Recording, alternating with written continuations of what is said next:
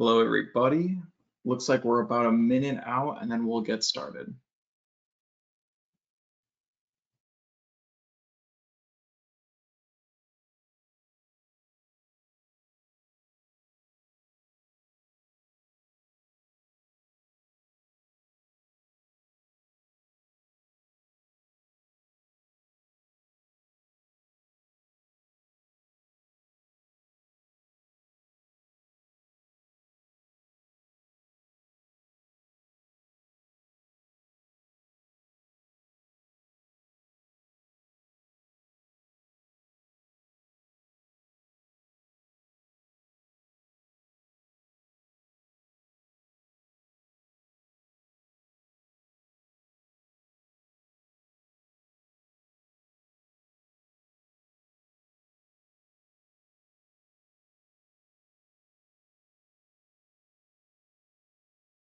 Hello, everyone. Looks like it is 2 p.m.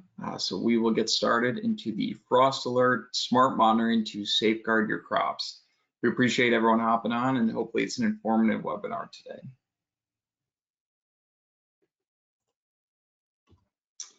My name is Stephen Kazorek. I'm here on the left and I'm today's presenter.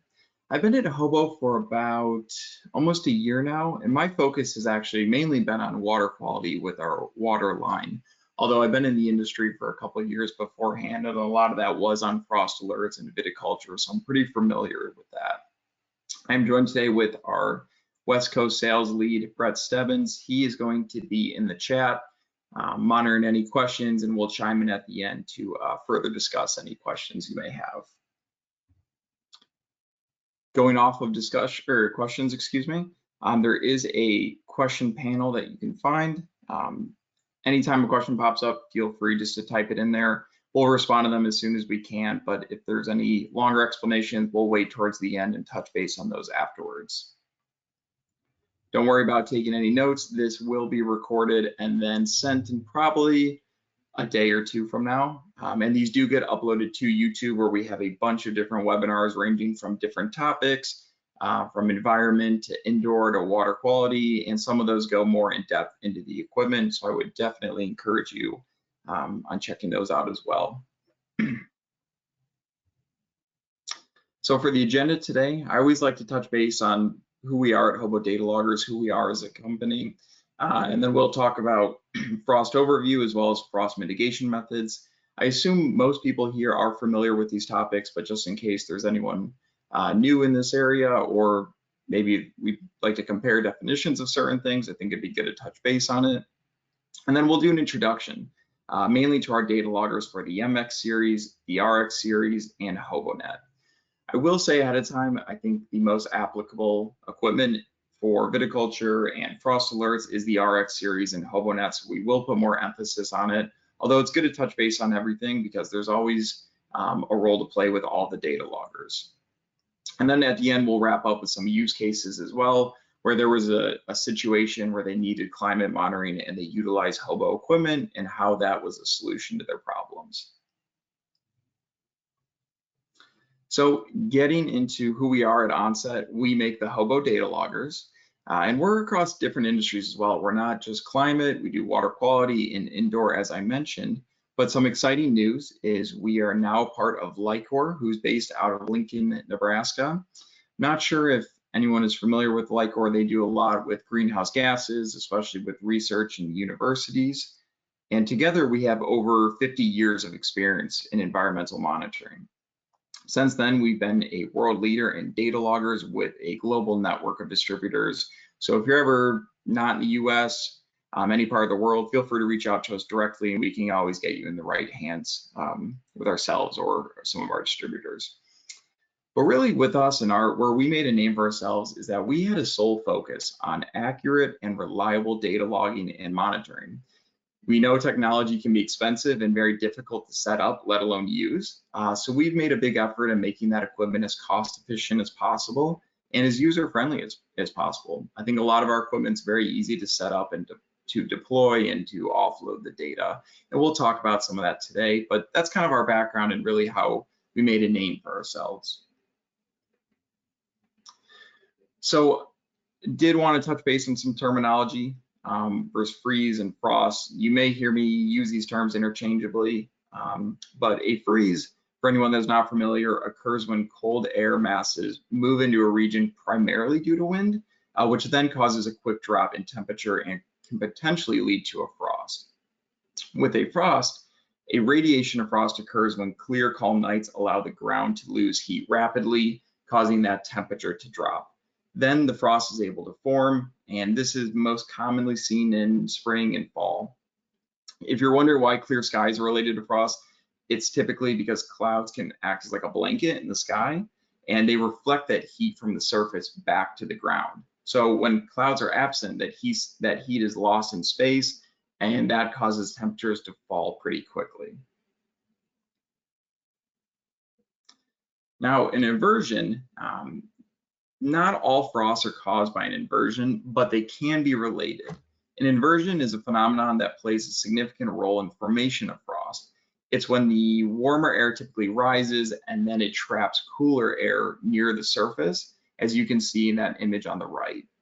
These conditions then, of course, favor the formation of frost, and then you have a problem. So what are the impacts on crops? Frost often affects the plant surface, impacting young buds and foliage, and can also cause wilting and browning, although it doesn't always kill the plant, but it can, of course, affect yield and quality. For freeze, now that's more severe. That can lead to freezing of sap within the plant, which often can kill the bud, and you're definitely going to see effects on quality and yield in this case.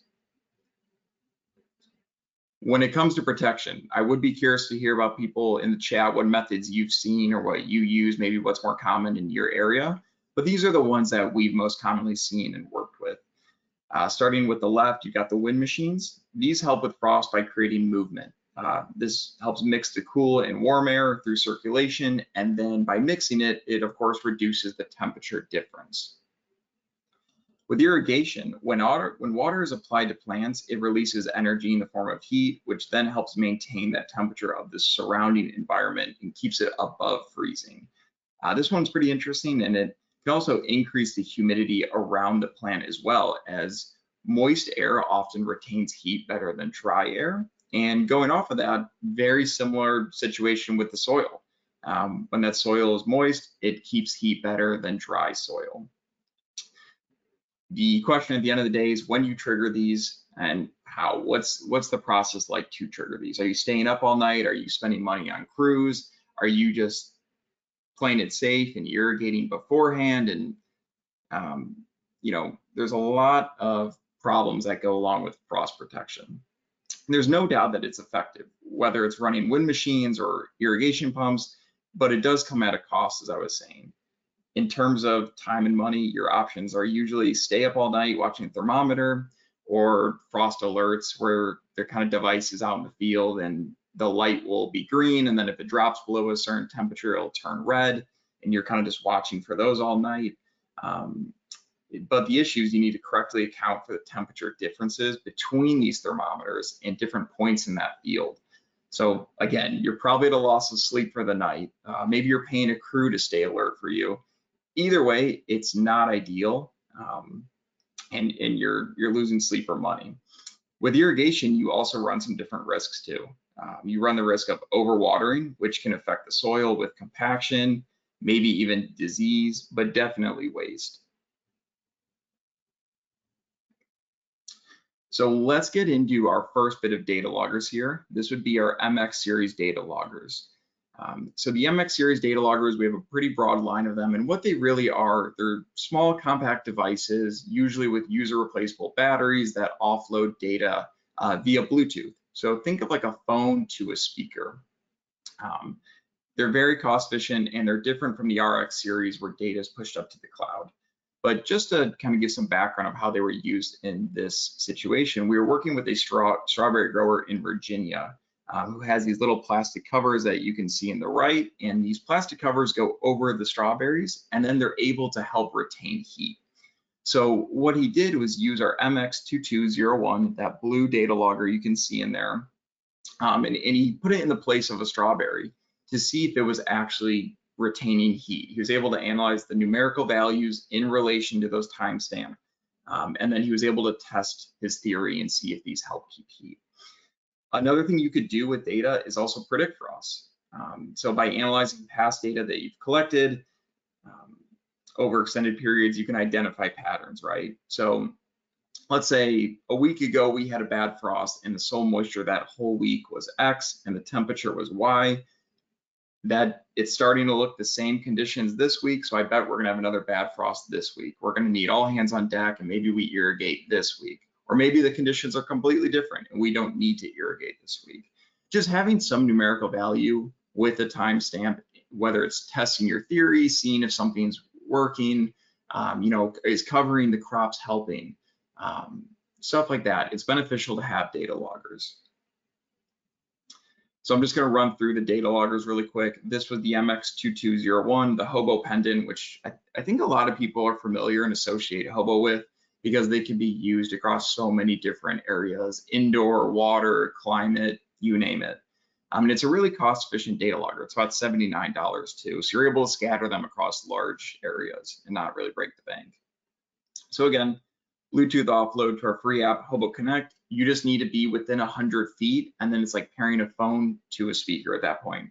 You just go in the app, you'll find the data logger, which can be labeled, say section A, number 2, and then click a button to offload the data, and all of that data is coming to your device. So you do need to be on site to offload the data. They have pretty good temperature ratings. All of them are pretty similar in that regard, and they all have user replaceable batteries. This battery here, the CR2032, it's like a car battery too. User replaceable batteries is super beneficial because like other data loggers, you need to send them back and then they need to be replaced and then there's a fee and then there's gaps in data. These just go to your local store, buy a battery, swap it, you're good to go. It's cost efficient and you're still rolling, you're not missing data. And the battery life should last you 1 to 2 years. If you're wondering what's that weird gap, why is it 1 to 2 years? It depends on the interval rate. If you're logging at 1 minute, obviously that will eat the data, or excuse me, the battery a lot quicker than it would if you're logging at an hour. Similar, MX2303, this has 2 external temperature sensors, so a lot of memory, Bluetooth offload to Hobo Connect. I've seen these temperature sensors placed in the soil. You could place them up by the crop as well. And it'd be nice to have a comparison as well. So it can be in soil, water, or air. This is the MX2307. It's the Hobo MX soil moisture and temperature data logger. So again, very similar with how data is offloaded, good temperature rating, user replaceable batteries, and then you would just bury it as you see in the picture there. This is where data goes. It goes to the Hobo Connect app. So there's no internet connection required. And then you're able to customize logger settings and alarms as well. Once you have that data, you can quickly download and view data as well. And then you can export it to CSV, Excel, or Hobo files. All right, and then getting into the anticipated HoboNet wireless system. These are cellular modes that communicate through radio waves, 900 megahertz. So basically the benefit is you can scatter these radio waves in various different areas and it's all going to ping back to a central station, whether that's an RX station or an RX3000 station. Once it gets the data, it's going to upload it to the cloud. So just these images help kind of visualize it. You're not placing a weather station in various different points. You're just placing these very small, cost-efficient data loggers across a large area. The range is 2,000 feet. So if you're thinking my area is larger than that, we always have repeaters that can push the data further. So it's a self-forming, self-healing network that constantly adjusts itself to the best conditions and performance. What does that mean? Once you set these modes up, they are constantly looking for the best way to get that data back to the central station. As I mentioned, with the range, it's radio signals, so you never need to worry about Wi-Fi or internet. Those are going to communicate 900 megahertz and send it back to the central station, and that station needs internet connection. Again, the range 2,000 feet, we can always push it further as well, and they can bounce data off of each other. A big feature of HoboNet is also that you can connect up to 50 wireless sensors per system. So with a traditional weather station, you typically have 5 ports or 10 ports where you can have plug and play sensors where you're limited.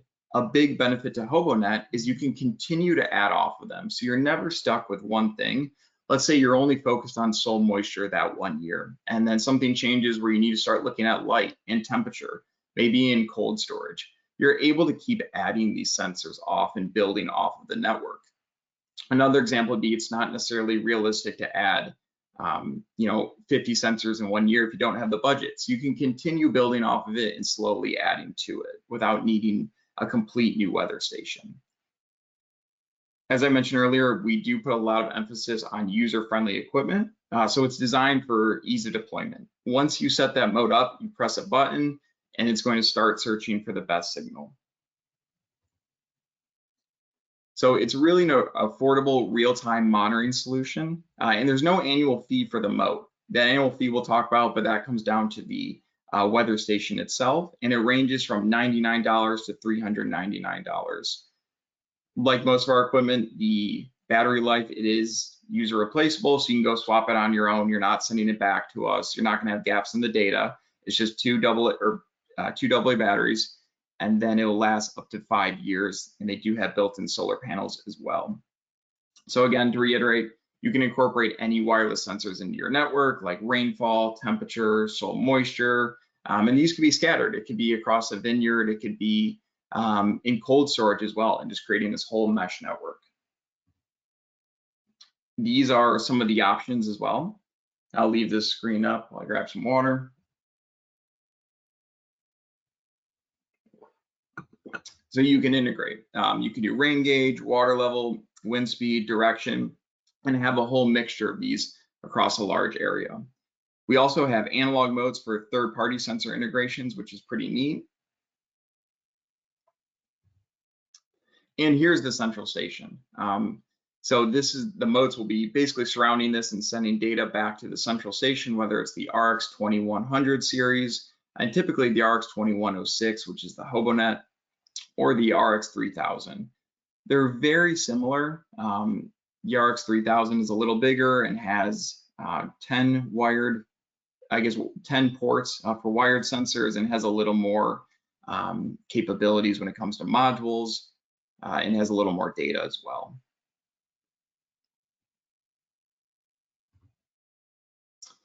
These are the RX data plans. So you can go with RX Basic, RX Standard, or RX Premium.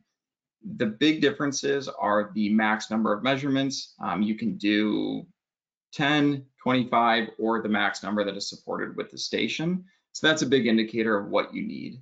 Another thing to consider as well is the fastest logging interval. The Basic uploads data every hour. The RX Standard uploads every 5 minutes. And then the RX Premium will do the fastest that's available with that device. Now, obviously, the emphasis of this call, or of this webinar, excuse me, is to be alerted if temperatures drop below a threshold or not. So those alert functions get triggered and sent immediately. Let's say it drops below 30 degrees. It's not going to wait every hour to send that alert, or every 5 minutes. It's sending it immediately to your device and letting you know, regardless of which plan you have. So this is where the data is going. It is the Lightcore cloud-based software, formerly known as HoboLink. And then it's real-time data, right? So you can view it through customized dashboards and on Google Maps features. The alerts, it's unlimited.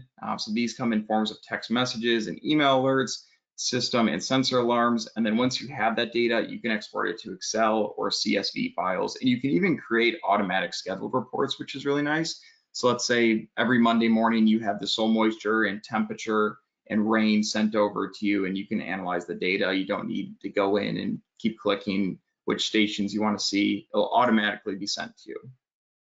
As I mentioned, it can also connect with data with third-party software platforms, and there is the option for public URLs. We see this a lot with counties when they want to share maybe dam management data to let people know what's going on, or what the weather conditions are in your specific area. So it's handy to be able to make that URL public. You can also add users at no cost with guided access to the software. This is most commonly seen, I'd say, with vineyards, universities. If, let's say, there's a professor or a research PI or a vineyard manager, you can be almost the manager of this of Lycor Cloud, right? You can set it so it's like a parent-child account. You can go in and change the settings, you can change the intervals and all that stuff. And the other people that have access, they can go in and just view and download the data. So it's nice to kind of have a parent-child relationship available if you need it. And then just some more images of how the screenshots look on the Lycor Cloud. It shows the management, alerts, and user roles, as I was discussing. It'll show the logging status, if it's up to date, when the next connection is, any alarms. And then on the right, you see what I was just talking about. They'll show the account owner, the admin, and kind of what their role and responsibilities are within the Lycor Cloud. So here are some of the HoboNet examples. I think this picture really puts things in perspective well, how it would look. Each blue dot is a moat collecting its own data, right? So soil moisture, temperature, light, rain, and it's all sending it back to the main station to be uploaded to the cloud. And then the little picture on the right, you can just see like frost alert sensor 17. It will tell you exactly which one has been alerted as well, so you can go out and act.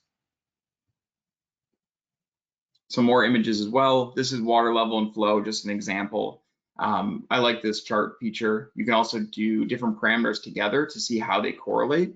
So like water level and rain, you can run them at the same time. And you can do that with anything, temperature, soil moisture, wind speed, direction, and just see the correlation or see them on their own.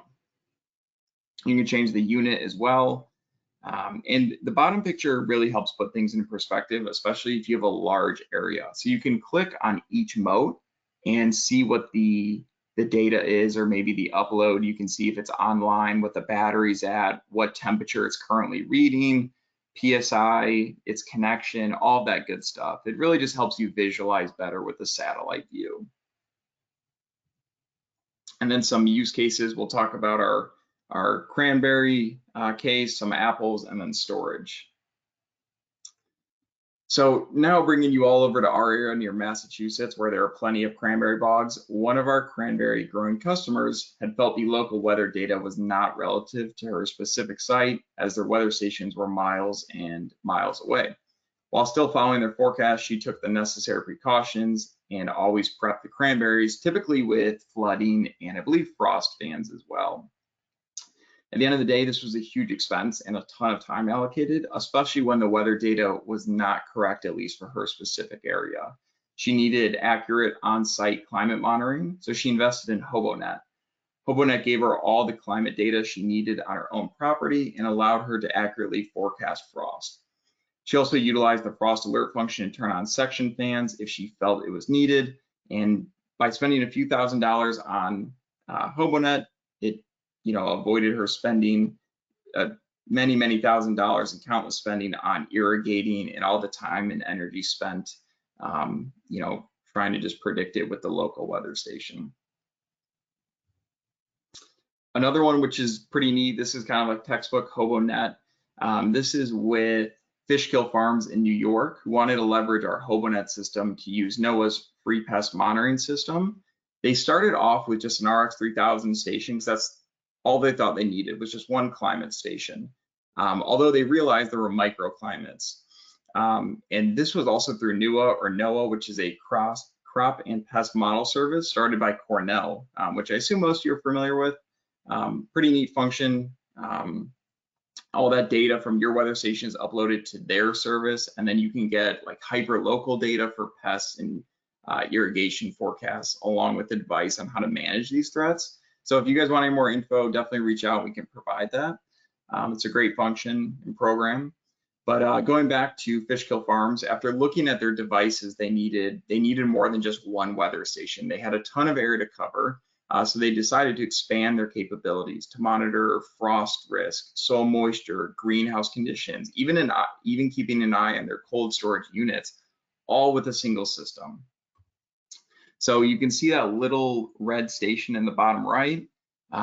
That's their original RX3000 station. And instead of placing New Arcs 3000 station, all these different plots, all they did was get a HoboNet manager, and then they were able to have these wireless sensors spread out. So moisture, temperature, light, even doing cold storage. And they created this whole mesh network for a really cost efficient price. And they were able to monitor all these micro environments as well. And then lastly, this is an orchard in Michigan. It is using a wind machine because they were having an issue with when they would turn it on. There were many times where the air up at about 30 feet where the fan was colder or just as cold as down below. So what they did is they set up two wireless temperature sensors, one at the bottom near the ground level and the other about 30 feet up. The reason they did this is because they wanted to assure the temperature at 30 feet was warmer than the temperature at ground level. So when they started blowing it down, it would of course warm it up. So by utilizing our temperature sensors, they then were able to verify that air was the desired temperature instead of taking a guesstimate or risking of doing the opposite. So kind of just gave them some data to verify their assurance. I appreciate you all hopping in for the webinar. Hopefully it was informative, and Brett is going to hop in now and help out with some questions. Yeah, thank you much, Stephen. Really appreciate it. Very informative. Before we get to a couple of questions, there are just a couple of features that I wanted to add here. So, Stephen started off going over our MX, which is our Bluetooth options for doing data monitoring. And, you can save a lot of money when you're trying to just get Bluetooth and it doesn't have to be real time, especially if you're doing some studies. The data portion of it, we do have an option to be able to send the data from your device up to our HoboLink cloud system, so that all that information can be stored on the cloud. So the cost of that is about $25 per year per logger. And basically what you would do is you would go out there with your device, your mobile device, connect up to Bluetooth, get within 100 feet of that device, pull off all the data, and then it'll send it up to the cloud. It's not going to be real time, but it is an added feature that we have just started with our Bluetooth devices. So just something to think about if you're kind of in between on the pricing, or you just like to store the data on a different platform. We have that. And then the other point that I wanted to try and make as well here is, location is key when you're doing frost alert monitoring. You really want to place the sensor as close as you can to the affected material, whether it's you're trying to do soil or you're doing the plant. It's really beneficial to actually get that sensor into the location where you need. And especially HoboNet, the HoboNet system, it's a very small device and it's very compact. So you can really get these frost alert sensors and these temperature sensors into the right location, and it really will help benefit that. So let me get to a question we have here. One person asked about the design and spacing between temperature sensors and relative humidity sensors for a farm, right? How would you design it, right? So, say you have a 100-acre parcel, it kind of just depends on elevation and what's going on, right? Is it all even crop? Is there any type of elevation difference? Because elevation is a killer, because the higher elevations are going to be definitely a lot different temperature than down below. We've seen, obviously, in a lot of vineyard work that we do, that the cold will drop, so you're going to have those frost alerts definitely down at the bottom. So I think the key thing to take into consideration is definitely elevation when it comes to doing a design on a farm. There's a couple other factors on kind of wind speed and where your wind is coming from, but that would be a huge one. So if you're designing some type of a mesh network, or you're wanting to get an overall best practices for temperature monitoring, you're going to want to put it at the lower locations. But it's also good if you want to see both locations, right? usually people are not doing the frost protection with just one sensor. It should be multiple, and the HoboNet system really helps to capture that. You can put those sensors out remotely throughout the whole vineyard, orchard, farm that you have. Let's see, look for a couple more questions here. It's another question here. Yeah, how many devices do you need per acre?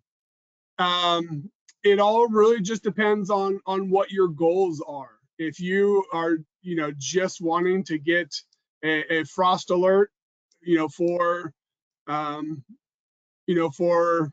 some, like we mentioned, Stephen mentioned a strawberry farm, you're probably not going to need too many, but I would definitely want to put one on the inner side of the farm and then one on the outer locations as well. A lot of frost events happen farther out on the very outskirts of your location. So I can't really tell you a number on how many devices you need per acre. It kind of just depends on what you're looking for. I've got a lot of customers out here in California that will do a lot of monitoring for almonds. So they'll put a couple on the sides, the cold side where the wind usually blows in on, but then they also want to kind of know what's going on in the middle as well of the orchard, and not necessarily for frost alerts. It can be just for overall temperature. So that one's kind of hard to answer, but hopefully you can have a good takeaway from there. Let's see if we have any more. It says here, does the HoboNet using temperature sensors at crop level experiencing frost have a forecast feature like 7 p.m. or, okay, so a different timing. We don't have in our system forecasts for the temperature monitoring. But what I can say is, as a grower or as somebody who's wanted to get frost alerts, if you know that you're going to have a frost event come and you have the right data plan, you can definitely up your logging interval, and so you can be able to get the frost alerts more. So say example, on a normal day-to-day, you just want to know every hour, when you're, what the temperature is, and it uploads to the cloud every 2 hours. Well, if you're going to be experiencing a frost event, or you can foresee something happening, you can change that interval. Like I said, depending on the data plan you have, you can change it to read every 5 minutes, and you can just quickly go on HoboLink, or Cloud, and change that. If you have the premium data package, which I would recommend if you're doing this for frost alerts, you can up it to every 5 minutes, because every 5 minutes there could be a change, and you can change that at 10 o'clock at night, right before, or in the morning as well. So if you use the HoboNet option, there are a lot of configurations that you can do, but no forecasting that comes with this. One of the other things I would like to add as well is, we're talking about frost alerts, and it's interesting, we're talking about frost alerts kind of for most of us in the middle or towards the end of the summertime. Well, we need to forecast. We need to get you, this material in hand. So, if we talk about this in December, it's kind of hard because most of you are already experiencing some frost alerts and some freeze events. So we wanted to do this now. The other thing is, if you're on the operations side and you want to think about using frost alerts or freeze alerts, what Stephen has been talking about, think about what you can use this for the rest of the year. A lot of us have to follow under different, break schedules for our workers outside, depending on heat. So these sensors can be used and utilized in the heat of the summertime for your operations, like right when it gets really hot, to have notifications, especially for your employees and your people that are working on site, as well as for frost alerts. So it's just kind of something to think about, especially if you are going to be going to upper management to try and coerce them into, or trying to get some funding for frost alerts. You can use these for multiple different things as well.